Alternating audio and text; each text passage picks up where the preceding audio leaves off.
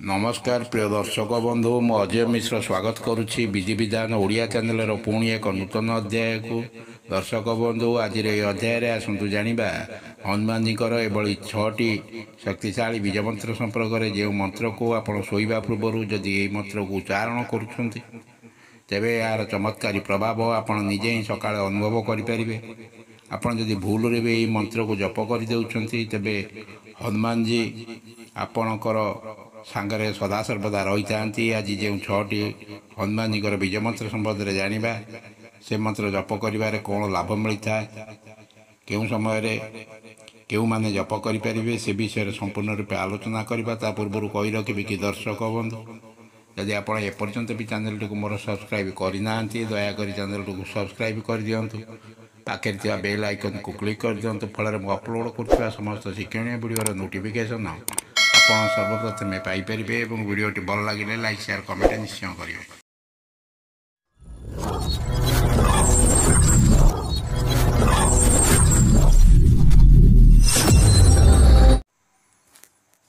दर्शक बंधु कलिजुगे हनुमान जी होती एकमात्र जाग्रत देवता जे अति शीघ्र प्रसन्न हो जाती।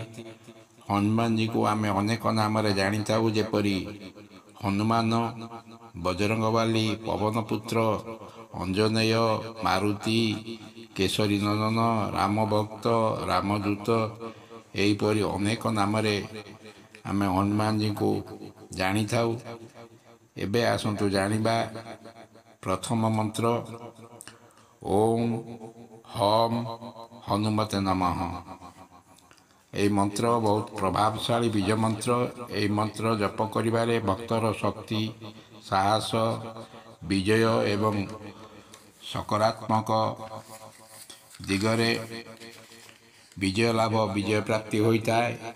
जीवन रे एक घड़ी संधि मुहूर्त अर्थात एभली एक समय जो समय आपन कौन बुद्धि बाट देखा जाऊ नहीं से समय आपन ये मंत्रटी जप करिबारे अत्यंत यह सहायक होता है।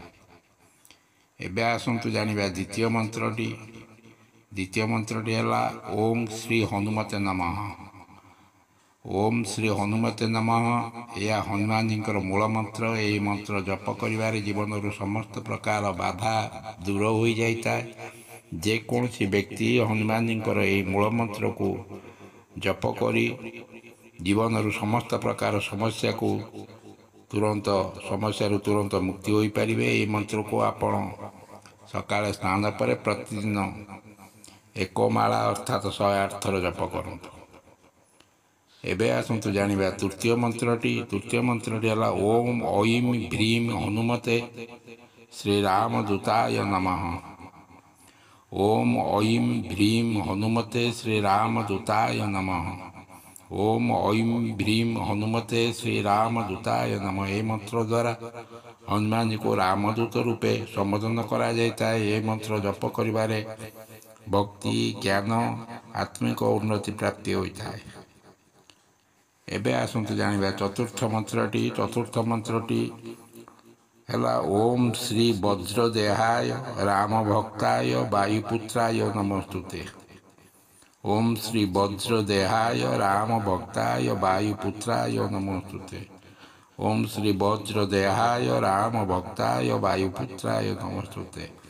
कर्मचारी मानकर पदोन्नति निमंते यह मंत्र को प्रतिदिन जप करागले यह रामबाण सदृश कार्य करिता है। यह मंत्र जप करिबारे जीवन रे आसिबाकु थिबा समस्या को तुरंत सेथिरु मुक्ति मिलता है।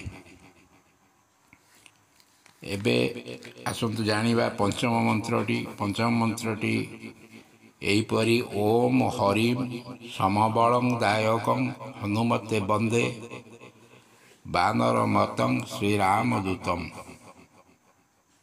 आउ थे आसतु मंत्र जानिबा ओम हरिं समबलं दायकं हनुमते वंदे वानरमतं श्रीरामदूतम्। यही मंत्र हनुमानकर वीरता एवं शक्तिर गुणगान करा जाता है। यह मंत्र जप करिबारे भक्तर समस्त विघ्न विनाश होगा सह यह सुरक्षा कवच रूपे कार्य करिता है। तंत्र मंत्र गुणी गारिडू रक्षा मिलता है। एबे आसतु जानिबा ଷଷ୍ଠ ମନ୍ତ୍ରଟି ଏହିପରି ମନୋଜବଂ ମାରୁତତୁଲ୍ୟ ବେଗଂ ଜିତେନ୍ଦ୍ରିୟଂ ବୁଦ୍ଧିମତାଂ ବରିଷ୍ଠଂ ବାତାତ୍ମଜଂ ବାନରଯୂତମୁଖଂ ଶ୍ରୀରାମଦୂतं ଶରଣଂ ପ୍ରପେଦ୍ୟ मनोजवं मारुततुल्य वेगं जितेन्द्रियं बुद्धिमतां वरिष्ठं वातात्मजं वानरयूतमुखं श्रीरामदूतं शरणं प्रपेद्य। ଏ ମନ୍ତ୍ରକୁ ଉଚ୍ଚାରଣ କରିବାରେ ବ୍ୟକ୍ତିର ବୁଦ୍ଧିର ସଞ୍ଚାର ଘଟିଥାଏ। ଜପ ସଂଖ୍ୟା 1008। ଜପ ସମୟ କରିବାର ସମୟ ହେଲା 40 ଦିନ। ଏହି ମନ୍ତ୍ର ଜପ କରିବାରେ ସମସ୍ତ କାର୍ଯ୍ୟରେ ସଫଳତା ମିଳିଥାଏ। ଦର୍ଶକ ବନ୍ଧୁ, ଯଦି ଏହି ଭିଡ଼ିଓଟି ଆପଣଙ୍କୁ ଭଲ ଲାଗିଥାଏ ନିଶ୍ଚୟ ଚ୍ୟାନେଲକୁ ସବସ୍କ୍ରାଇବ୍ କରିବେ, ଭିଡ଼ିଓଟିକୁ ଗୋଟିଏ ଲାଇକ୍ କରିବେ, ଆପଣଙ୍କର ସାଙ୍ଗସାଥି ପ୍ରିୟଜନମାନଙ୍କୁ ଭିଡ଼ିଓଟିକୁ ବହୁଳ ମାତ୍ରାରେ ସେୟାର କରିବେ। କମେଣ୍ଟ ବକ୍ସରେ ଲେଖି ଦିଅନ୍ତୁ ଜୟ ଶ୍ରୀ ହନୁମାନ। ରହୁଛି, ଧନ୍ୟବାଦ, ନମସ୍କାର।